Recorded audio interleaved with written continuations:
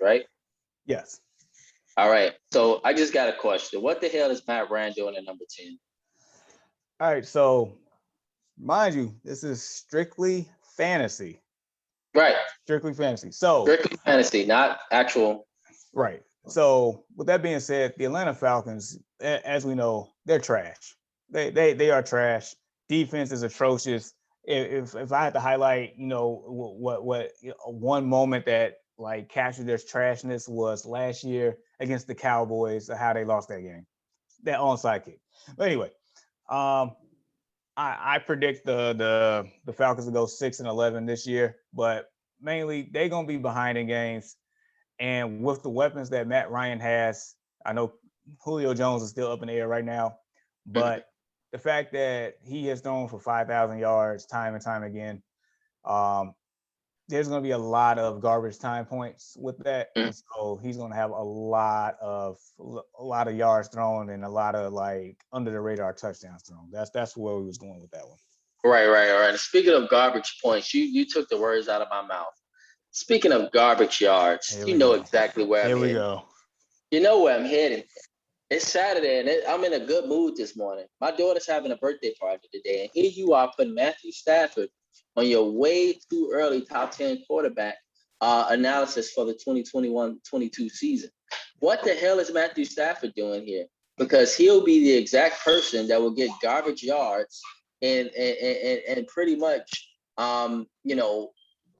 try to get his stats up to make it look like he's doing this and that, but it'll really be Aaron Donald who will be winning the football game. So just curious, why is this Trent Dilfer 2.0?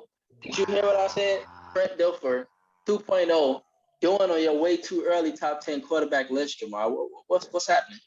First off, you way too disrespectful to Matthew Stafford and his family right now. You are way too disrespectful. Really? Seriously. Trent Dilfer 2.0. You taking this to a whole nother level, man. Anyway. Trent Dilfer 2.0. They could get to the Super Bowl, but it won't be because of Matthew Stafford. You are so disrespectful. All right. Just saying. Anyway, so with Matthew Stafford, him actually having a team full of weapons in the defense, I mean, I don't expect too much garbage time points for this team because they actually be out in front based on the whole team as a collective.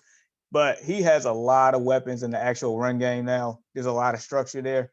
The wide receiver core with Cooper Kupp and Robert Woods. You got Cam Akers, who's probably going to catch some passes out the backfield. A lot of weapons.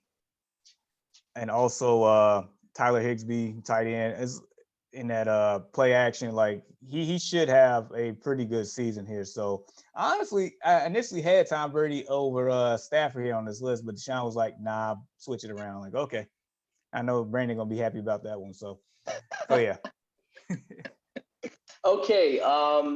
It all depends, right? So I'm just saying, Matt Ryan can either drop out of this list or Matthew Stafford. But no, you don't take Matthew Stafford out because he got all those weapons. I'm just being real. I know what's happening.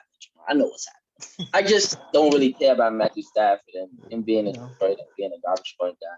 But why is Aaron Rodgers not on this list? What the hell is wrong with I know what's going on with Aaron Rodgers right now in Green Bay, but is the reason why he's not on this list, guys, is because he's going through his issue right now?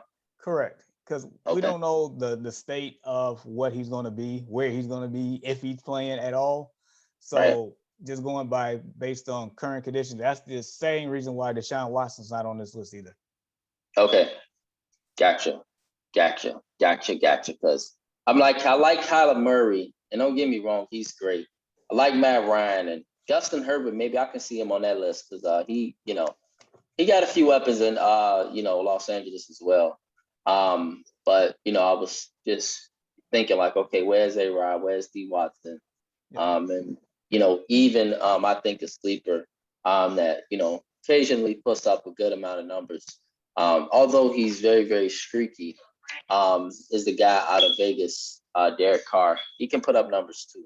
But Matt Ryan can put up some numbers too. So all right, that is great, guys. But I'm not even done because This alone gets me going. Just looking at the second picture. World, look, Christian McCaffrey. I just got through talking about Mike Trout. Overrated. Team sucks. Somehow, some way though, they get this just exceptional love, and I don't want to think, about colorism and things of that nature. But Christian McCaffrey, totally overrated running back. I totally know that Derrick Henry is the best running back in football, alongside with Alvin Kamara and Dalvin Cook, not Christian McCaffrey. Aaron Jones is even better than him at times. Let alone Nick Chubb balling out in Cleveland, Jamar, alongside Saquon and Ezekiel. But Ezekiel, he kind of forgot to play football after Dak Prescott got injured. But Christian McCaffrey at number one, I totally have a problem with that. I know why from a fantasy perspective, but why is he there, Jamar? He shouldn't be there. He was banged up for the whole damn season last year. And on top of that, all he does is just lose. Okay, so let me explain. All right, so. Yeah, because you got some explaining to do.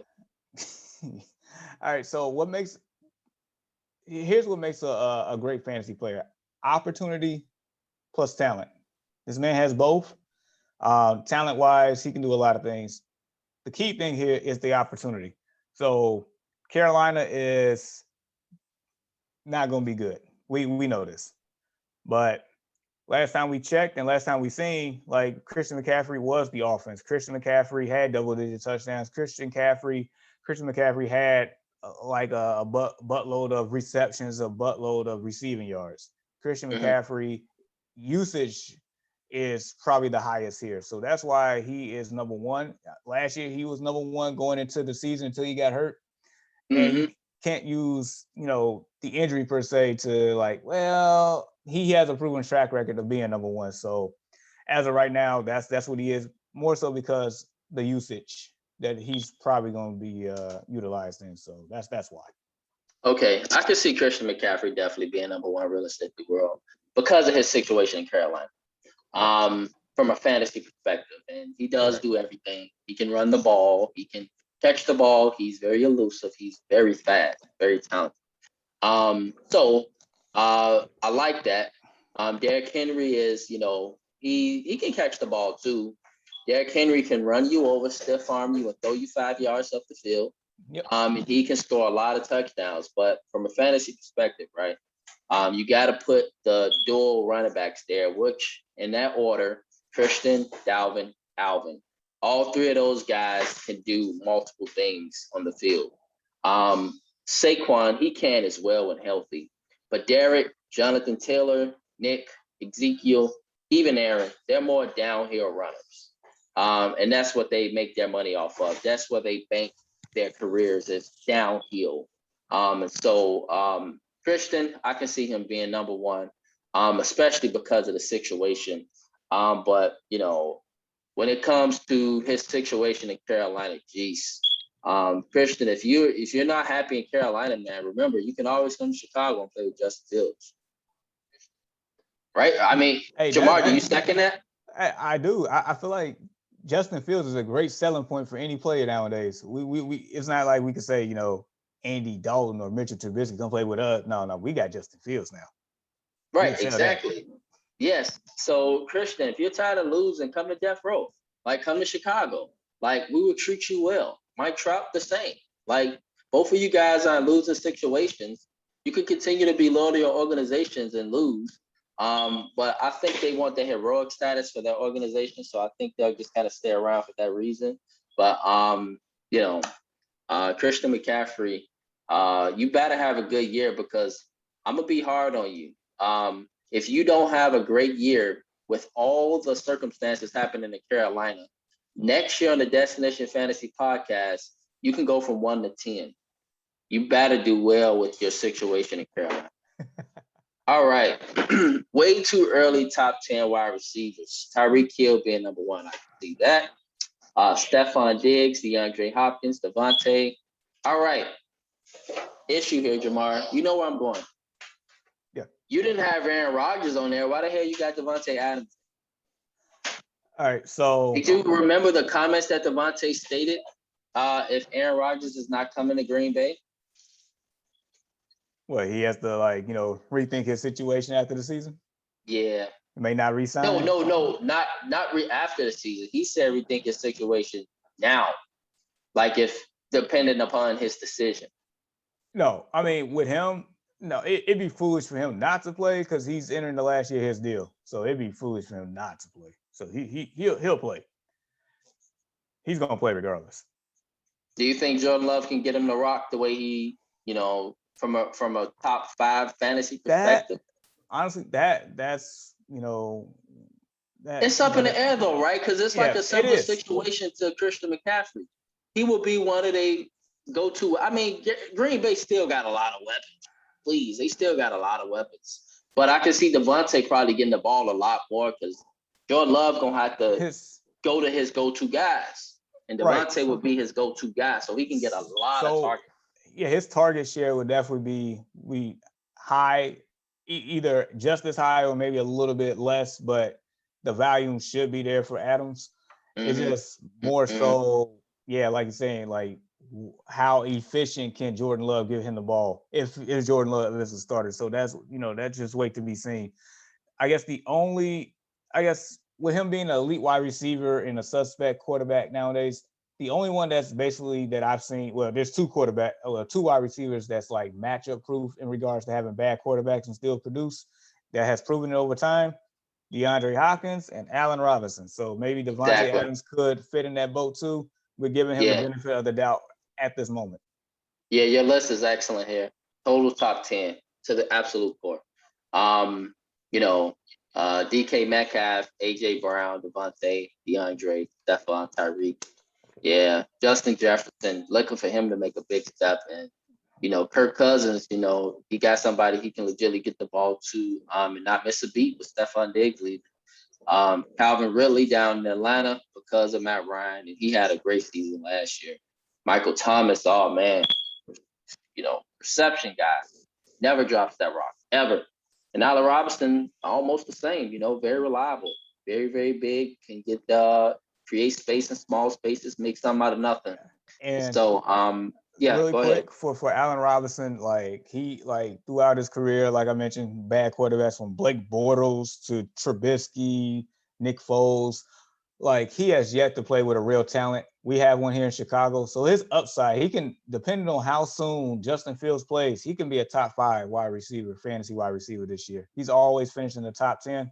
So we're looking at that upside. He could be a league winner. Wow. That's how good he can be this year. That's his ceiling. All right. And so thank you for that. That is an excellent list. And this is a great list as well. Top 10 tight ends. But I'm just curious, Jamar, why is George Kittle above Darren Waller when we don't really know the situation in San Francisco with their quarterback? So, at least Darren Waller, we know that Derek Carr will be there. We know that. We know his talent. We know George Kittle's talent, but I believe definitely Darren Waller is talented. A lot more talented than George Kittle. Just depends on how you look at their attributes. But Darren Waller is like a wide receiver out there. And at least I know he got a reliable quarterback. We don't know what's going to happen with the kid from North Dakota State with Trey Lance or if it Jimmy G. So from a fantasy perspective, could I just get your permission, Darren Waller above George Kittle and then in that order?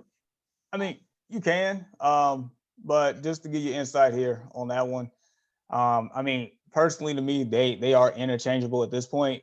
I mean, Darren Waller the past 2 years has been sensational. I mean, heck, he won me a championship in the league last year. Darren Waller the baller. We call him Waller the baller for a reason. Now, going back to George Kittle. So George Kittle, before last year, has been basically average, the number 2 tight end over the last 3 years. And that's with Jimmy G as your quarterback. As we know, Jimmy G is a average at best, below average to average is best quarterback. So with that being said, if he's putting up numbers like that, it's kind of the sense of the DeAndre Hopkins, Allen Robinson effect. Trey Lance can only make him do, if he is out there, can make him that much better. Because we all know normally rookies, quarterbacks look for tight ends to come out the gate as their security blanket. So that's just that much more upside for George Kittle here. Mm-hmm. But like I said, both of them are interchangeable. Kelsey's definitely one, and then you're looking at 2A and 2B right there. So it is what it is. You can flip them around. That's fine. Right. George Kittle will get the ball a lot this year. A lot. Especially being in the NFC West with that division, you got to try to get first downs against Seattle. You got to try to get first downs against Matthew Stafford and the Rams, even with Kyler Murray and the Cardinals. It's a gauntlet out west. And so San Francisco going to have to try to get first downs the best way they can. And they lost Marquise Godwin to us. And so that was a big weapon for them. Very talented receiver in Godwin. And so, George Kittle, I can see it from a fantasy perspective. He will get a lot of targets. He will deliver. He's been one of the top tight ends in football for the last 3 years. Only competition really that's been holding him back from getting that crown was and is Travis Kelce. Darren Waller, very, very reliable. And I'm looking forward to this guy. But just the last question before we end. Yeah. Kyle Pitts, rookie, haven't played a down yet. How did he make the top 6? Top 5. No, top 5. 2, 3, 4. No, he did top 6. That is impressive. This kid, now don't get me wrong, I do have him being a baller this year. He is raw. He's raw. But is he top 6 already? I mean, honestly, I'm on record as saying he's top 5 already. I'm on record saying that. Well, I mean, it goes back to what I was saying about Matt Ryan and how he cracked our top 10. And so, they're going to be playing from behind. So it's going to be a lot of garbage points, a lot of garbage yardage, a lot of garbage catches. And so if Julio Jones get traded like we all think he will, it's just a matter of when and where, that's just more targets for the man. So that's basically in your passing game, you got Calvin Ridley and Kyle Pitts. Kyle Pitts is all world. Kyle Pitts in Florida last year, like the great Alabama Crimson Tide, Roll Tide couldn't even stop this man. They couldn't stop him at all. And we know that Bama is the farm system for the NFL. Yes. So Kyle Pitts and that high power, like pass heavy offense with a quarterback that's still above average, that can still deliver the ball to his weapons to be fantasy relevant. Yeah, he definitely has top 5 upside to me. He's 6 right now, but he's gonna be a force for years to come. You're gonna see him messing around with the top guys, the Kelce's, the Kittles, and the Wallers pretty soon, in my eyes. All right.